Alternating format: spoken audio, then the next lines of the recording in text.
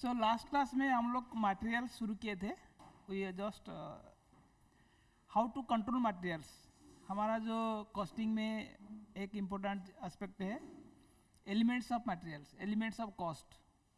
जैसे कि कोई भी कॉस्ट हो उसका क्या क्या एलिमेंट्स है? Materials, labour and overheads.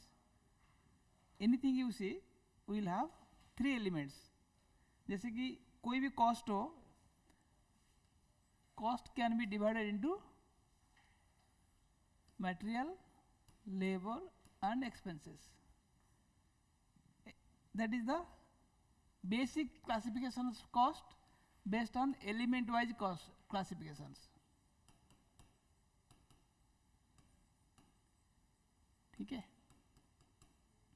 सो जब हम एलिमेंट वाइज क्लासिफिकेशंस करते हैं, पहले हमको main substance in A product is material. कोई भी हम प्रोडक्ट देखें उसमें ज़्यादातर 50 to 70% constitute materials. Then labour will be around 10 to 20% and around 10% will be other expenses. That is traditional distribution. But nowadays things is in a reverse trend. यहाँ पे around 80% आता है, यहाँ पे 5% आता है, यहाँ पे 15% आता है.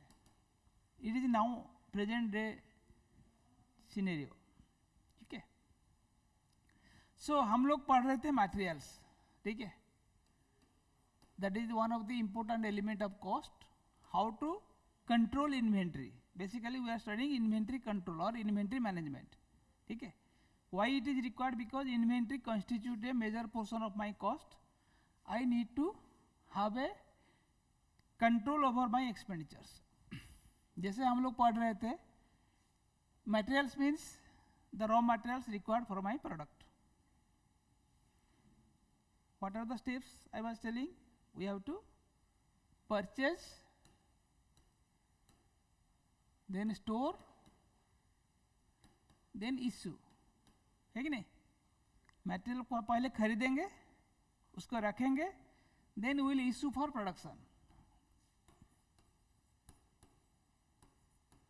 These are the main functions of materials. तो now we are discussing about purchases. कितना परचेज करेंगे? How much material we should purchase? So purchase of materials. उसमें हम लोग क्या डिस्कस कर रहे थे? जैसे हमें मटेरियल खरीदने जाऊंगा, I have to plan my activities. पहले क्या आता है? Purchase requisitions. I will create a purchase requisition. उसके बाद क्या होगा? I will request for get request for quotations from the eligible bidders. Then I will receive the quotations. कोड मिल गया मेरा हाथ. Then I will evaluate or analyze the quotes. उसके बाद I will give the purchase order. I will issue the purchase order.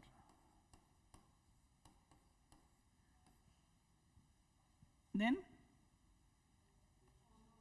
follow up with purchasers. ये सब materials department का काम है. These are all job of materials department. Then I will also do liaisoning with finance and users for payments और any other things. ठीक है. So these are the activities हम लोग को करना पड़ेगा. So not sell I am telling you, ये सब रेगुलर एक्टिविटी होता है in a purchase department. It is a continuous process. Now जैसे मैंने I am deciding how much to, now I am deciding how much to buy. This is very, every organisation face this problem. मैं कितना खरीदूंगा so that optimum utilisation of my resources होगा. That is my first intention. मैं ऐसे खरीदूँ. देखिए जैसे मैं कल बोला था, for placing one order I need some cost. What are the cost involve in placing the order?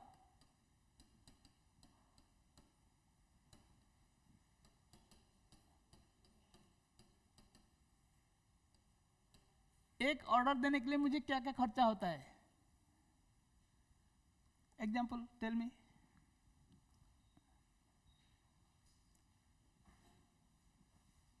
ठीक नहीं क्या?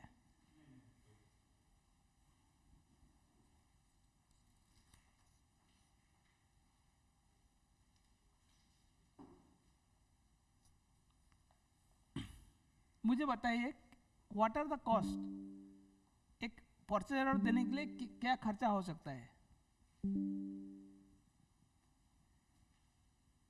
S anybody students? जो परचेज डिपार्टमेंट में लोग हैं उनका खर्चा है. सो एक तो manpower cost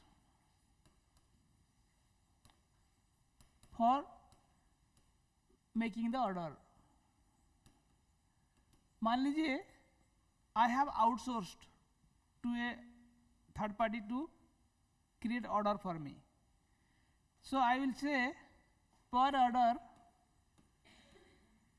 company will pay 10,000 rupees. Third party को बोलेगा तुम एक ऑर्डर बनाओ शुरू से एंड तक, I will give you 10,000 rupees.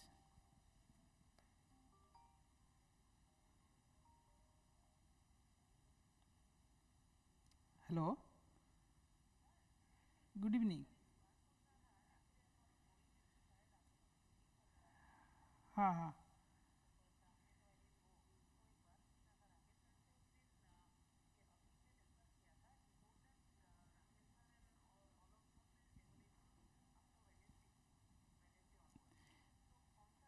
ये मैडम मैं प्रेजेंटली ये क्लास में हूँ, मैं थोड़ा बाद में बात करता हूँ.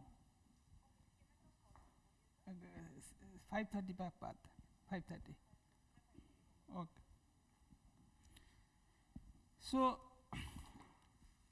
जैसे कि मैंने एक ऑर्डर देने में, let us see, I have to spend 10,000 rupees. मुझे 10,000 kg खरीदना है. That is my annual requirement. ठीक है, एक साल के लिए मुझे 10,000 kg of a raw material, whatever I produce, whatever I require for production, और उसका कुछ कॉस्ट है, suppose 20 rupees per kg. So I need how much money? 10,000 into 20, that becomes how much? 1 2 3 4 5, 2 lakh rupees. I need material cost. ठीक है, मान लीजिए आई am giving one order. इस सारे चीज खरीदने के लिए आई am giving him yearly one order. तो मेरा मटेरियल कॉस्ट कितना होगा? प्लस 10,000 रुपया. 2,10,000 हुआ है. अभी देखिए, मैंने 2 लाख पहले दे दिया उसको, मटेरियल मनी ब्लॉक हो गया कि नहीं? My money is blocked. Instead of at one go, if suppose I give 5 orders,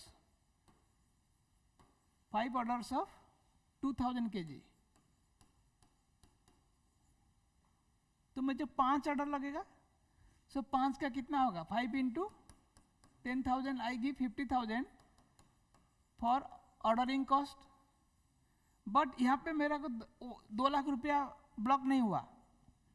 but there is ये जो देखिए, एक तो 2 लाख रुपया ब्लॉक हुआ, दूसरा I have to hold it in the inventory, मेरा गोडाउन में रखेगा, माल लाके में गोडाउन में रखेगा, तो गोडाउन का भी खर्चा है.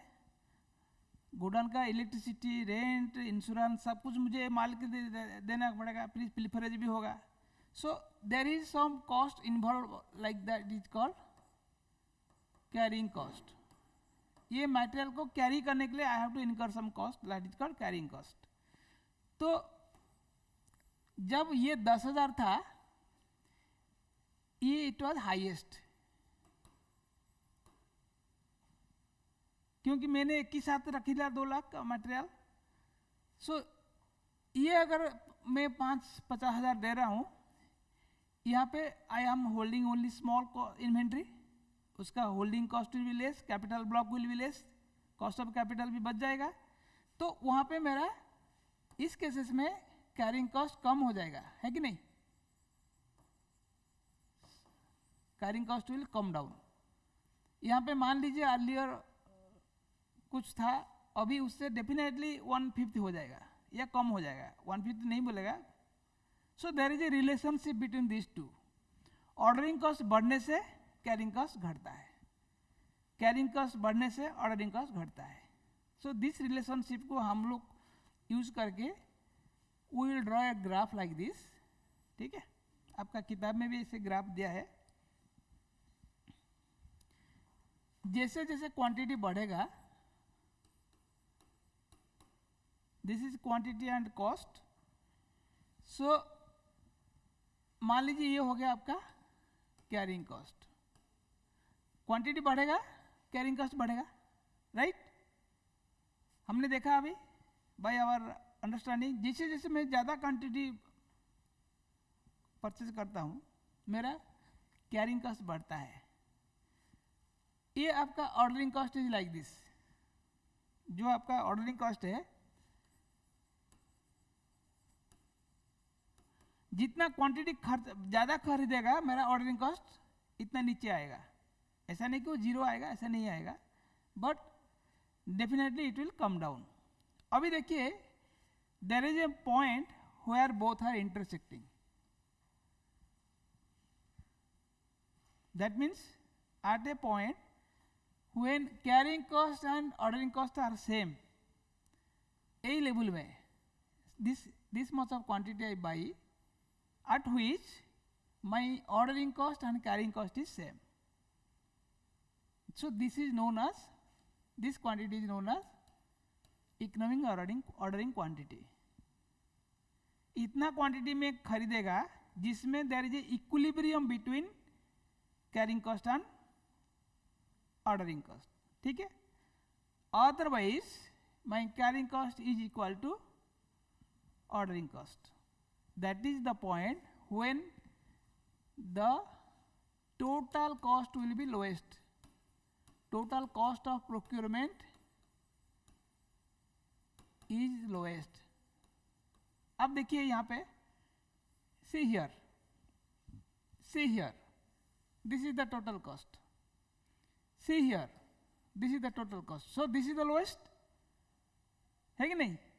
So that is why we have to determine that quantity at which total cost of procurement is lowest. मैं तो material cost लूँगा plus these two if I add it will be lowest. This is scientific. So इसको बोलते हैं EOQ। आपका question हमेशा exam में आता है, व्हाट इज EOQ? EOQ का प्रॉब्लम भी आता है। इसका क्या हमने अभी क्या देखा है, इसका फॉर्मूला क्या दिया है बुक्स में, आपने भी पढ़ा होगा मटेरियल्स मैनेजमेंट में, 2AO/C, EOQ is equal to, इसमें A क्या है, एनुअल डिमांड और कंजम्पशन। हमेशा ध्यान रखिए ये वर्डिंग को प्रॉपरली लिखिए, एनुअल डिमांड और कंजम्पशन। अगर डिमांड भी दिया है या कंजम्पशन दिया है, जो आइटम मैं खरीद रहा हूँ उसी का, ठीक है? कितना साल में मेरा रिक्वायरमेंट है, first we determine that. So this is a निकल गया। देन ओ क्या है, ordering cost per order, not total, ठीक है? ये भी लिख दीजिए आपका नोटबुक में, ordering cost per order. Then O क्या है, ओ ए हो गया, ओ हो गया, सी क्या है, carrying cost per unit per annum, हो गया, कोई कंफ्यूजन नहीं है।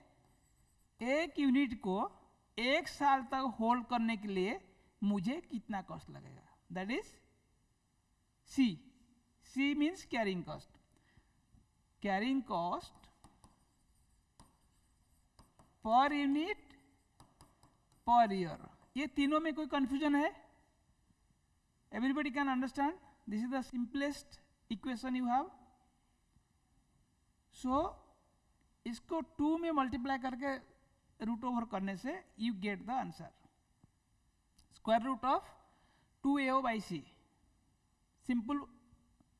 दिस इज डिराइव्ड साइंटिफिकली, आपको कोई तकलीफ नहीं होगा. अभी मैं लिख देता हूँ आपका बेटर के लिए. EO Q is equal to 2AO by C. A is equal to annual demand और consumption. O is equal to ordering cost, बोलिए, पर ऑर्डर. ठीक है, ये इंपॉर्टेंट ध्यान में. ऑर्डरिंग कॉस्ट बोल के छोड़ मत दीजिए. पर ऑर्डर, एक ऑर्डर के कितना कॉस्ट लगेगा. C is equal to carrying cost per unit per annum.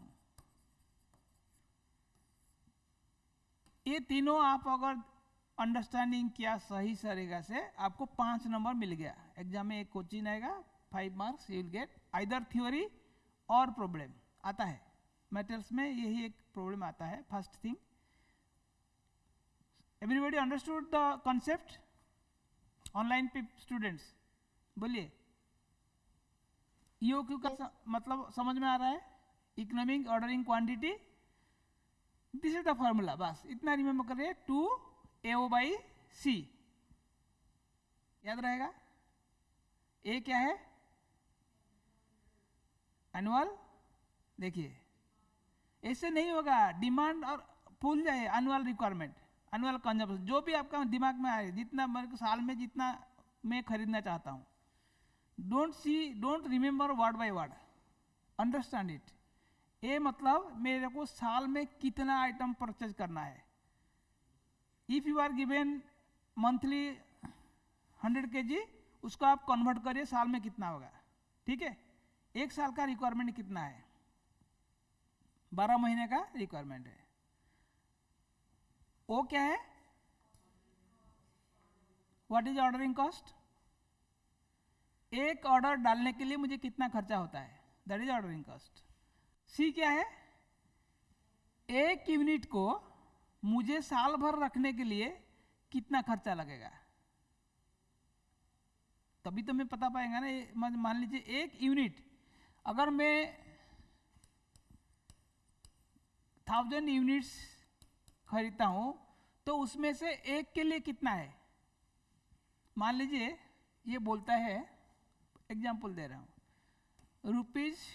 ₹25 per unit. ठीक है, कैरिंग कॉस्ट इज 5% दिया है. आप बोलिए मुझे, what is carrying cost, what is C?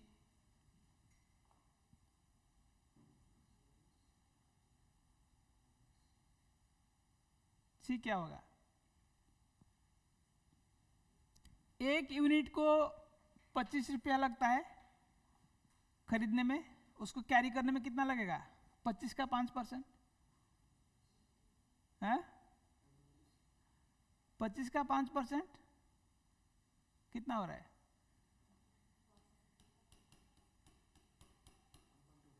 1.25. That means your carrying cost यहाँ पे जो आ गया 1.25. ठीक है, समझ गया? आपको सी मिल गया. ऑर्डरिंग कॉस्ट कुछ मिलेगा. इसका एनुअल डिमांड आपका 1000 है. दिस इज 1000 डिमांड बोलने से इन यूनिट्स. ठीक है, now let us do a problem. आपका प्रॉब्लम दिया है, समझ में आया ना स्टूडेंट्स? Yes sir. समर, स्वागत, रीमा, सब लोग को अटेंशन है कि नहीं क्लास में? चलिए,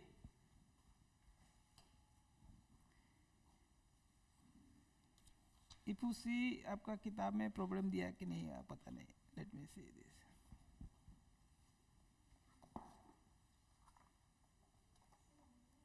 बुक में है प्रॉब्लम, है कहाँ है?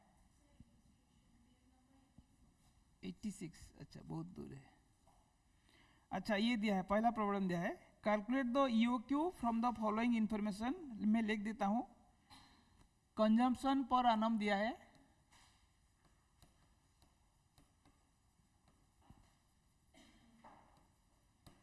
इज इक्वल टू 10,000 kg, ठीक है। Order placing cost per order, ordering cost per order, जब हमें लाइन खींचता हूँ इट मीन्स पर ऑर्डर, ठीक है। पर एनम, पर मंथ, ऐसे हम लोग ऐसे सिंपल लिख देते हैं। ₹50 cost per kg of raw material, cost of kg of raw material, वही हो गया ₹2, ठीक है। Storage cost is equal to, question को जब भी पढ़ेंगे ध्यान से पढ़िए, ठीक है। एक एक वर्ड क्वेश्चन का इंपॉर्टेंट होता है। 8% ऑन एवरेज इन्वेंट्री, यहाँ पे एक नया चीज, दिस इज द क्वेश्चन, ठीक है। 8% on this storage cost is nothing but carrying cost, ठीक है। It is different in different word, carrying cost and storage cost are same. Now यहाँ पे दिया है मुझे on average inventory. What is average inventory? Average inventory not ordered. Storage किसका ऊपर होगा? जो इन्वेंट्री स्टॉक में है। स्टॉक में मैं मान लीजिए आई एम ऑर्डरिंग, ठीक है। सो मुझे अभी ईओक्यू निकलना है, I do not know how many orders. So suppose in the beginning of the order there was 0 stock, stock खाली था। सिचुएशन करिए, मैंने मान लीजिए 200 की क्वांटिटी ऑर्डर किया। सो 200 ऑर्डर किया, आ गया, ये 200 खाली हो गया, यहाँ पे 0 हो गया, मान लीजिए एंड में खाली हो गया, 0 हो गया। तो मेरा एवरेज कितना हुआ? Average inventory at any time if I calculate 200 plus 0/2, 100 average. आपका स्टार्टिंग में सैलरी मिला 10,000 रुपया था, आप डेली खर्चा कर रहा है, तो मंथ एंड में सपोज 0 है, तो पर डे आप कितना एवरेज खर्चा करते हैं? एवरेज स्पेंडिंग 10,000/30, 10,000 प्लस 0/30, क्योंकि 0 हो जाता है ना। यहाँ पे 10,000 था, यहाँ पे तो धीरे धीरे घट रहा है। यहाँ पे आपको मिल रहा है 0, यहाँ पे मिल रहा है 300, 800। So average will be 10,000 plus 0/2। So here average inventory आपको ऐसे कैलकुलेट करना पड़ेगा। कैसे करेंगे हम लोग देखेंगे, ठीक है। दैट मीन्स जो भी होगा इसका आधा लेंगे। कैरिंग कॉस्ट क्या निकलेगा देखिए, अभी निकालिए।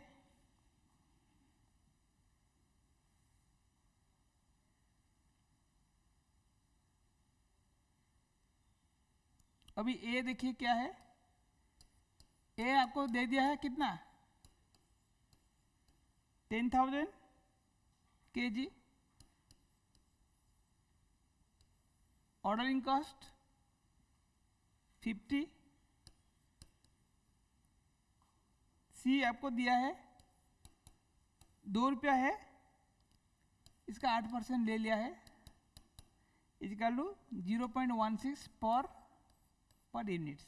अभी देखिए, अभी आप ईओक्यू बनाइए, हम जब सॉल्व करेंगे पता चलेगा। ईओक्यू में क्या होगा? 2 into AO/C, 2 into 10,000 into O is 50 by 0.16, उसका स्क्वायर रूट करिए, कैलकुलेटर में आ रही है कैलकुलेटर आया है? Solve it.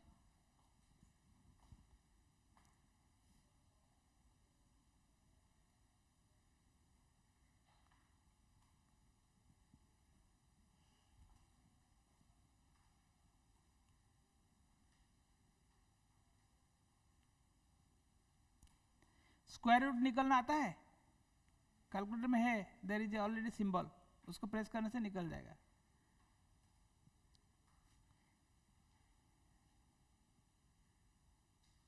Two into 10,000 into 50, किसी को मिला है आंसर? 2500. 2500 मिल रहा है ना? नहीं 25, देखिए आप देखिए, इसको सॉल्व करिए. इसको आप 16 को आप भी इंटू 100 मल्टीप्लाई कर दीजिए. 100 मल्टीप्लाई कर दीजिए, ये हो जाएगा 16 का स्क्वायर रूट 4, ये भी ऊपर भी हो जाएगा. तो ठीक है. सो 2500. दैट मीन्स अभी हमारा क्वेश्चन में देखिए, मैंने 10,000 रुपया 10,000 केजी खरीदेगा, तो एक ऑर्डर का क्वांटिटी कितना है? EOQ. दैट मीन्स मैंने कितना ऑर्डर खरीदेगा? How many orders? साल में कितना ऑर्डर देगा? 4 ऑर्डर देगा. मेरे को 10,000 किलो चाहिए, एक ऑर्डर में 2500 होगा, तो 2500 2500 2500 2500 4 बार खरीदेगा. तो मेरा ऑर्डरिंग कॉस्ट कितना होगा? 25, एक ऑर्डर का 50 है, सो 50 इंटू 4 200 रुपया है कि नहीं? एंड माई कैरिंग कॉस्ट कितना होगा?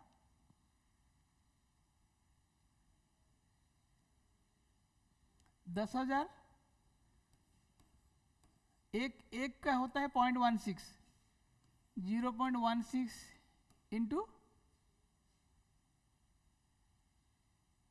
कितना यूनिट हम रखेगा स्टॉक में? 1200, सॉरी 1250. मल्टीप्लाई करिए 0.16 इंटू 1250 करिए.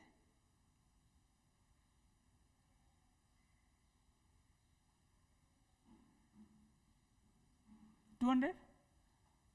मैंने जो आपको समझाया एवरेज कॉस्ट यहाँ पे एप्लीकेशन हुआ. मैंने कितना खरीद रहा है? 2500, बट मेरा स्टॉक में कितना रहता है? 1250.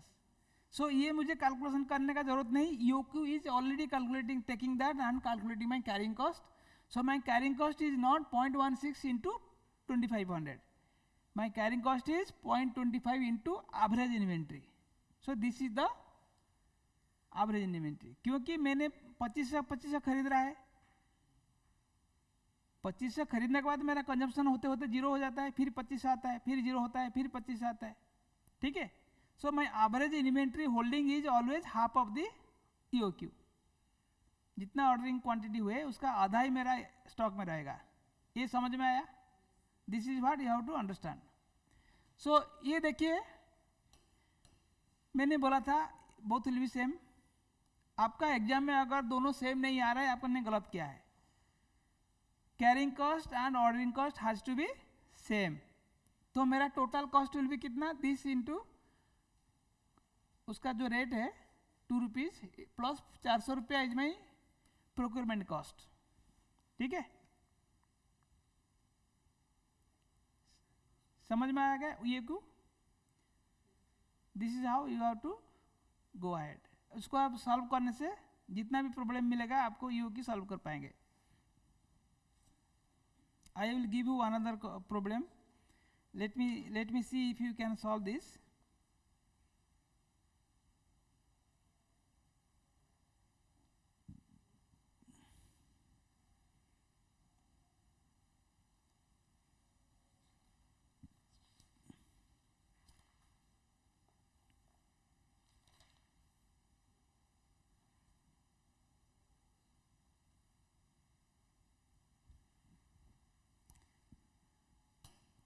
प्रॉब्लम आप लिख लीजिए. मैं एक प्रॉब्लम बताता हूँ, छोटा सा प्रॉब्लम है.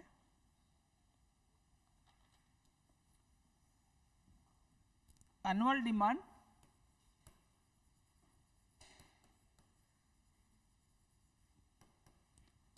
units,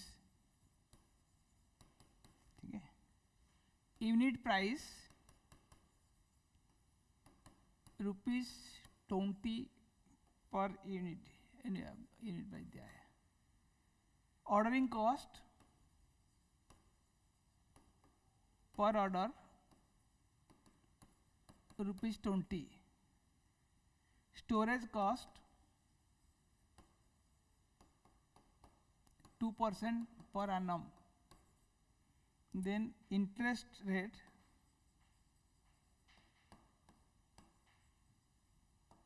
%8 per annum. Lead time half month.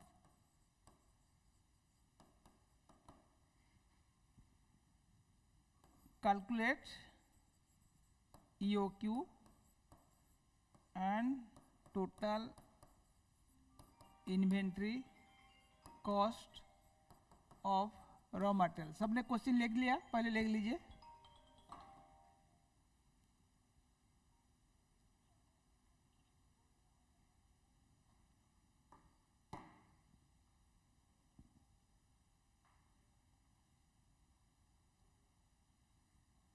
कितना है? कहाँ पढ़ने पा रहे हैं बोलिए? मैं बोल देता हूँ. Annual demand 2000 units, unit price ₹20 per unit, ordering cost per order is ₹20, storage cost 2% per annum, interest rate 8% per annum, lead time half month. ठीक है. Calculate EOQ and total inventory cost of raw material. सबने लिख लिया?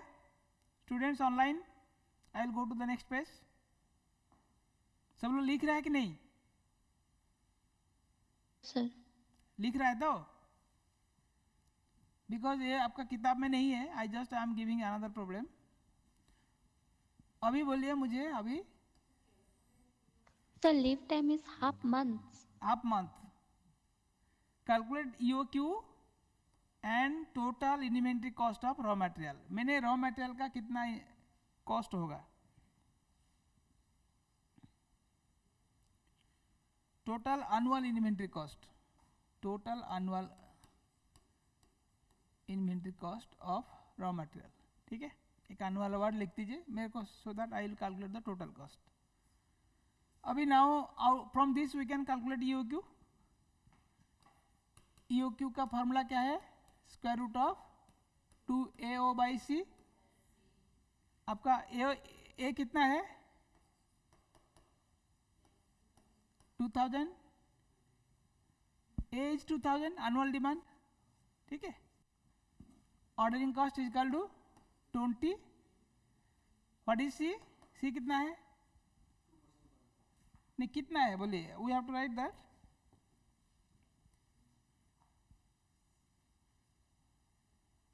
सुनिए, यहाँ पे there are two things. One is storage cost, one is interest cost. दोनों मिलके मेरा कैरिंग कॉस्ट होगा. इंटरेस्ट कॉस्ट क्या है? मैं जो कैपिटल खरीदूंगा उसका मनी ब्लॉक हो गया, वो भी स्टोरेज में रह गया कि नहीं? माल तो जब मेरा गोडाउन में है, that I am paying interest for that. So यहाँ पे स्टोरेज कॉस्ट में this too will be carrying cost. यही आपको समझना है.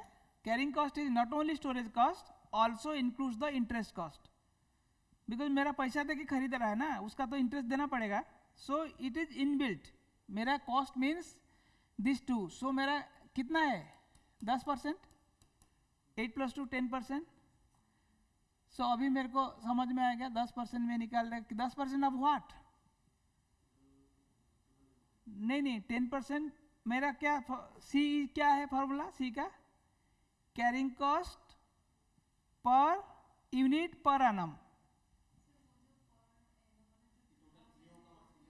पर यूनिट में एक यूनिट का बात करते. एक यूनिट का कॉस्ट कितना है? 20 रुपीज का 2% इज कैरिंग कॉस्ट. ठीक है. Simple. Don't go to the total here.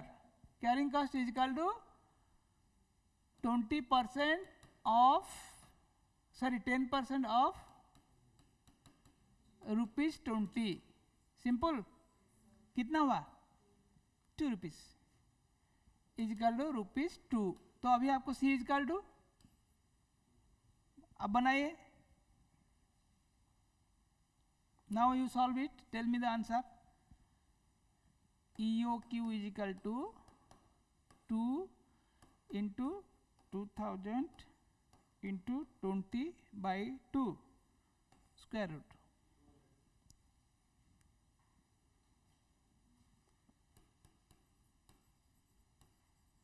Students did it, करिए। हो रहा है आपका 200 निकला, दिखाइए।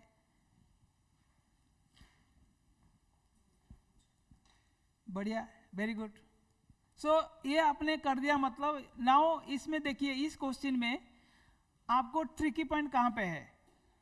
ट्रिकी पॉइंट एक है how to find out this carrying cost.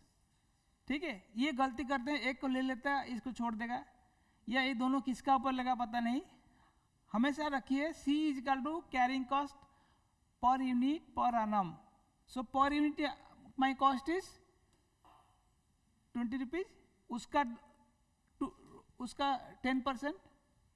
So this is how you do. Now you have calculated the EOQ।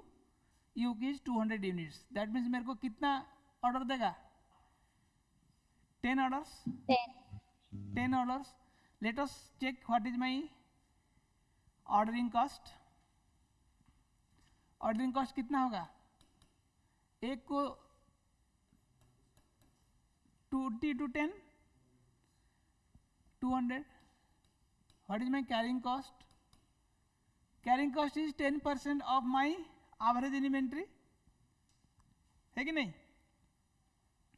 Average inventory कैसे करेगा बोलिए। मैंने जैसे मैंने 200 खरीद रहा हूँ, 200/2 will be average 100 into 2 rupees. Simple, ये हो गया कितना 200 हो गया। एनी डाउट नहीं ना। अच्छा, अभी आप बताइए मुझे what is my material cost 2000 units के लिए।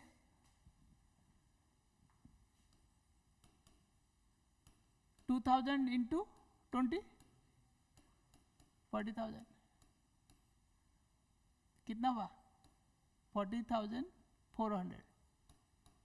This is my total material cost. ये हो गया annual inventory cost of raw material.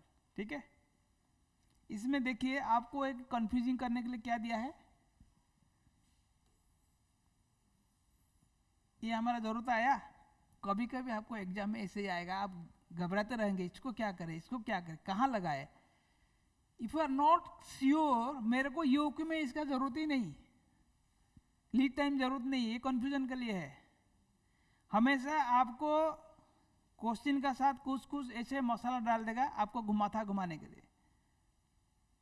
Unless and until you see that it is useful, it is not a relevant information for you. It is a irrelevant information. हमेशा आता है, 2-4 extra दे देगा, आप उसी में घुमा रहेगा। इसको लोगों कहाँ है, आधा पर कहाँ, हाफ मत कहाँ है। I will teach you what is lead time. ठीक है, मैं उसको पढ़ाऊंगा, ये भी जरूरत, वो भी आता है, बट उसका रिक्वायरमेंट इसमें नहीं है। ठीक है, ये एक बार सेम क्वेश्चन आया था पास्ट क्वेश्चन में, इसीलिए हमने बताया। सो EOQ का एप्लीकेशन समझ में आ रहा है। If you are given a question on EOQ you can do. और एक क्वेश्चन करेंगे EOQ का, लेट अस सी।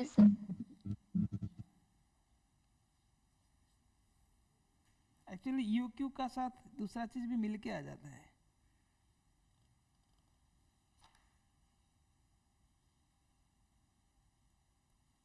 आपका इसमें है और EOQ का problem. Then you will go to stock levels. चलिए, मिलके है। आपका next is, suppose we have decided what is the how much to buy, that is known from EOQ। कितना खरीदेंगे, lot size, this is telling you the lot size, what should be the lot size, एक lot में हम कितना खरीदेंगे ये हमने सीखा है। अभी मेरा एक इन्वेंट्री है, दिस इज माई इन्वेंट्री। आपने everybody is having some stock, जैसे घर में आप चावल रखते हैं, दाल रखते हैं, तेल रखते हैं, कितना रखते हैं, depending upon your monthly consumption you are keeping. ऐसा ना हो जाए कि पूरा खाली हो जाए और ऐसा ना हो कि ओवर स्टॉक हो जाए। So in our industry we set some levels, कितना मैक्सिमम लेवल,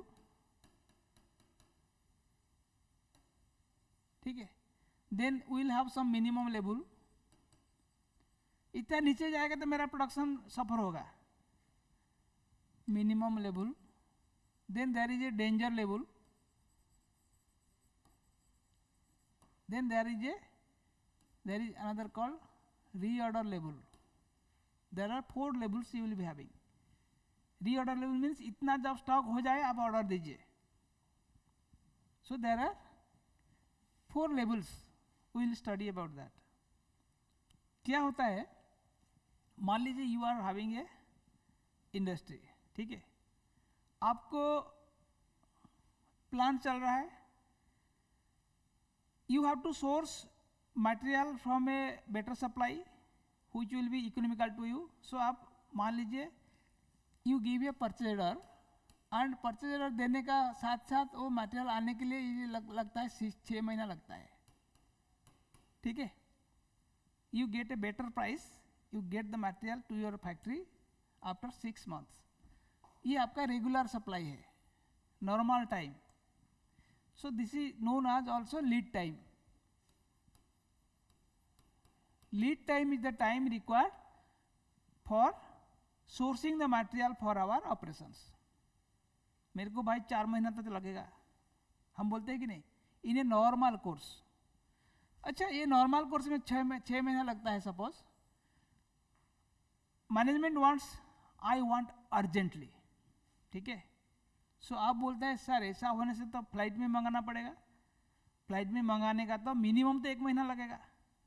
हम ऑर्डर देगा, वो बनाएगा, भेजेगा, जो भी का उसको भी बोलेगा भाई तू जैसे तैसे मुझे सप्लाई कर, मेरा प्लांट बंद हो जाएगा मिनिमम। सो वो बोलेगा मुझे मिनिमम 1 मंथ चाहिए। So this can be normal और maximum we can say there will be minimum lead time 1 महीना, ठीक है।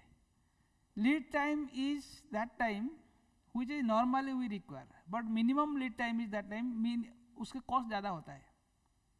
अब जब मिनिमम में लाएंगे वो बोलेगा हमको तो ज़्यादा देगा, हम कार्गो में भेजेगा, एयर कार्गो में आपको 2 दिन में पहुंच जाएगा, लेकिन कार्गो का कॉस्ट आपको देना पड़ेगा।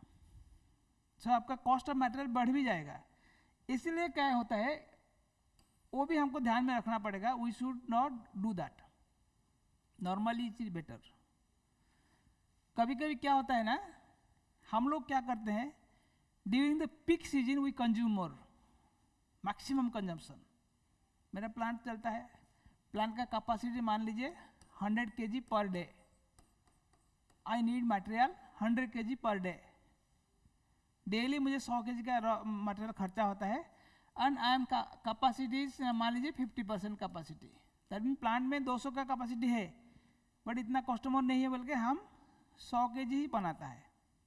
Suddenly there is a demand, you want to do 200 kg, तो आपको मैक्सिमम कंजप्शन इतना है, इससे आपका कैपेसिटी नहीं है, ये नॉर्मल हो गया है। देन मिनिमम आपका इतना नहीं रहने से आपका कंपनी बंद हो जाएगा, कुछ तो चलाना पड़ेगा, नहीं तो लोगों को सैलरी देना मुश्किल हो जाएगा। So there will be also consumption is normal consumption, maximum consumption and minimum consumption. तो उसी हिसाब से हमको स्टॉक लेवल मेंटेन करना पड़ेगा।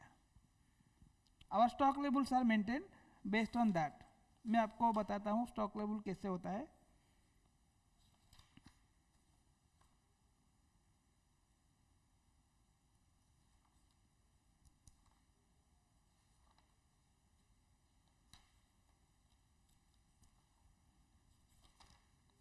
हाँ,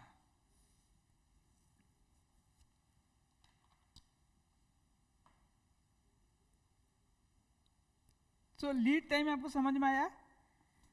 lead time is the time, lead time क्या है? Time taken in processing the order, then executing the order and supply the materials. ठीक है, सप्लायर को आपने पीओ ऑर्डर प्रोसेस करेंगे, सप्लाई भी सप्लाई करेगा, ये पूरा टाइम को हम बोलते हैं lead time, is the lead time. Then consumption pattern से हम लोग क्या मिलता है? Consumption, average consumption of materials in the factory, the rate of consumption will be decided on the basis of past experience and production plans. So इसको पहले हम लोग फिक्स करेंगे, व्हाट इज रीऑर्डर लेवल, कितना में हम लोग ऑर्डर करेंगे, what should be the level. I told about different levels. ठीक है, रीऑर्डर लेवल क्या है ना, दिस इज द, मेरे को मैक्सिमम कंजम्पशन हो रहा है and what is the maximum time taken for the procurement.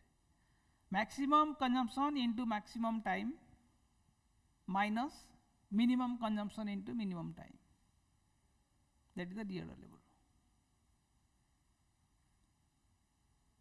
Reorder level means I will order when I reach that level. जैसे मेरा स्टॉक है,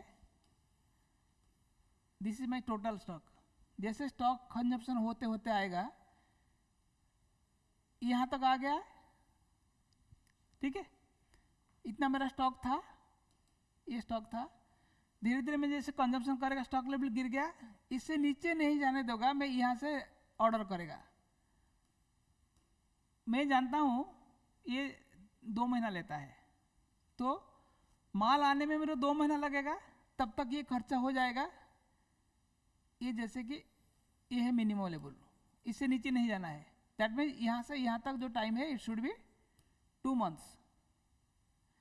यहाँ मटेरियल आ गया, फिर आ गया इधर मटेरियल, इधर आ गया, I receive this material here, इतना मटेरियल बढ़ गया, मेरा स्टॉक बढ़ गया, फिर खर्चा होते होते जाएगा, फिर जैसे ये रीऑर्डर लेवल में निकलेगा, यहाँ से आई गिव द ऑर्डर, वो खर्चा होते होते यहाँ तक आएगा, मेरा स्टॉक और भी थोड़ा है, मिनिमम स्टॉक है, तो मिनिमम स्टॉक से जैसे मैं पहुँचेगा उससे पहले मैं यहाँ से रीऑर्डर लेवल करता हूँ, so that lead time will be equal to my ये डिस्टेंस।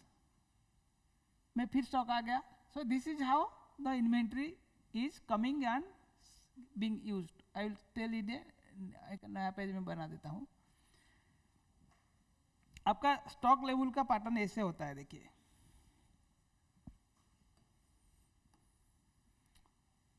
ठीक है, दिस इज स्टॉक लेवल, किताब में है, आपकी किताब में है, इससे बताता हूँ सो दैट आपको इजी रहेगा।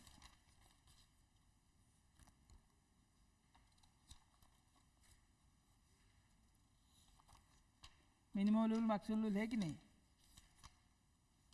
होना तो चाहिए, ठीक से नहीं समझ आया।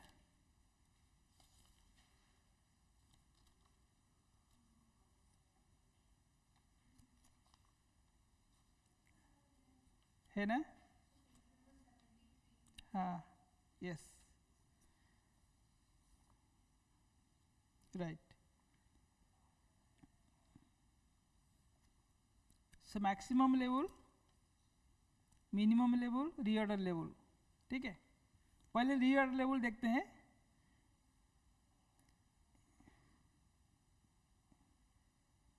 रीऑर्डर लेवल का 2 फॉर्मूला है, मैंने जैसे बताया, ये हो गया मिनिमम लेवल, मिनिमम स्टॉक, इसका नीचे नहीं जाना चाहिए। नीचे जाने से क्या प्रॉब्लम है, वो धीरे धीरे we are going to a critical zone, materials आएगा नहीं आएगा, हमारा ऑर्डर लोग सप्लाई विल बी हैम्पर्ड। सो हम लोग in between maximum level and minimum level will have a reorder level, ठीक है। मैक्सिमम लेवल क्या है, मैक्सिमम लेवल आपको देखिए, maximum level will be, there will be, पहले रीऑर्डरिंग पढ़ते हैं, reordering level plus EOQ minus mean into mean. ये मैं बताऊंगा बातें। Let me first we will know the reordering level. आपको इतना स्टॉक होना पड़ेगा मैक्सिमम, इससे ज़्यादा रखने से नुकसान है। सो रीऑर्डरिंग लेवल क्या होता है? Reordering level is equal two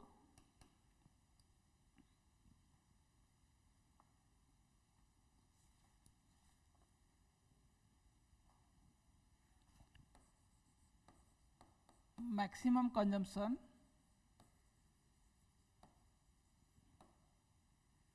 into maximum reorder period, कितना महीना लगता है और टाइम लगता है, ठीक है। This is maximum into maximum,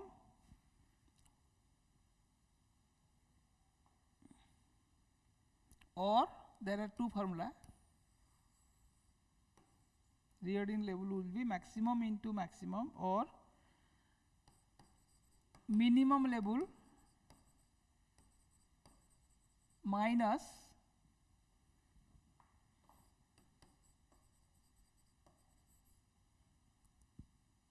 ये प्लस होगा, माइनस नॉर्मल कंजम्पशन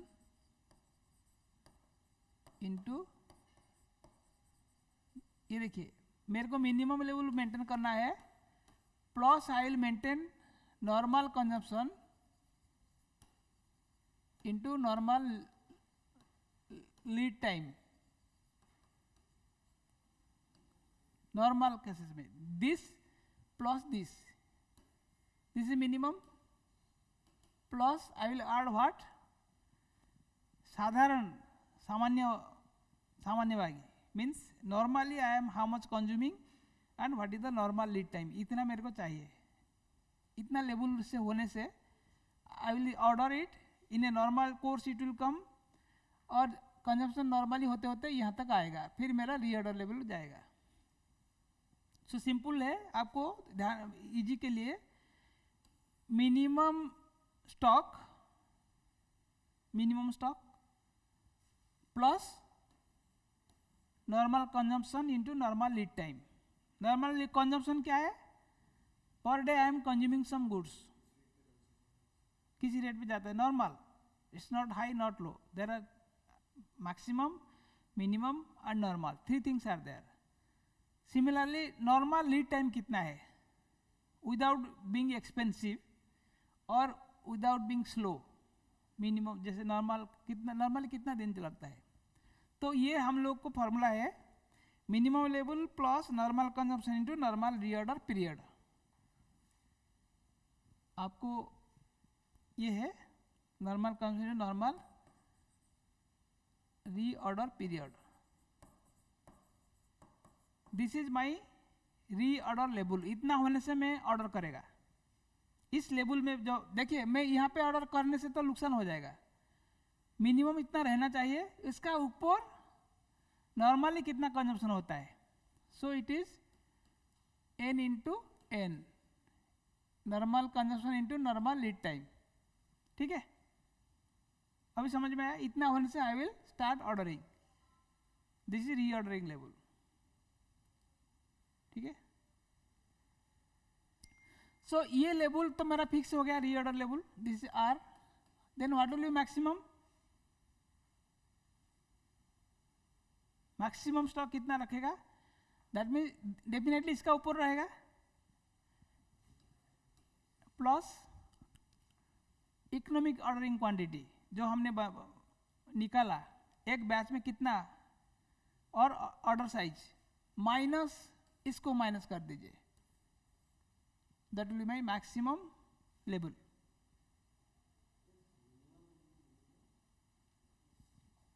हाँ, ये minimum into minimum consumption into minimum lead time.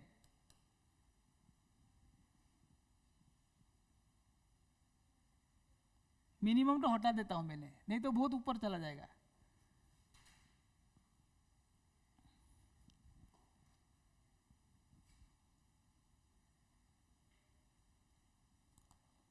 आपका बुक्स में क्या दिया है, maximum level is equal to reorder level plus reorder quantity minus minimum rate of consumption into minimum reorder period. ठीक है, same चीज वी हैव टोल्ड हियर. अच्छा, this is maximum level. Maximum में अभी देखिए, अब मैं और एक बार लिख देता हूँ आपको इजी रहेगा. Maximum level is equal to क्या बोला था, ROL plus reordering quantity minus mean into mean, minimum consumption into minimum lead time. ठीक है, ठीक है. अच्छा, reordering level is equal to क्या बताया था अभी, maximum consumption into maximum lead time minus क्या है, बोलिए. अभी लिखा नहीं क्या, have you not written when I told reordering level.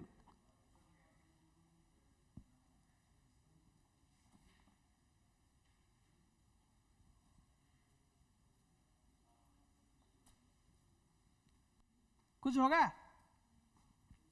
नहीं होगा. अब बोलना चाहिए ना.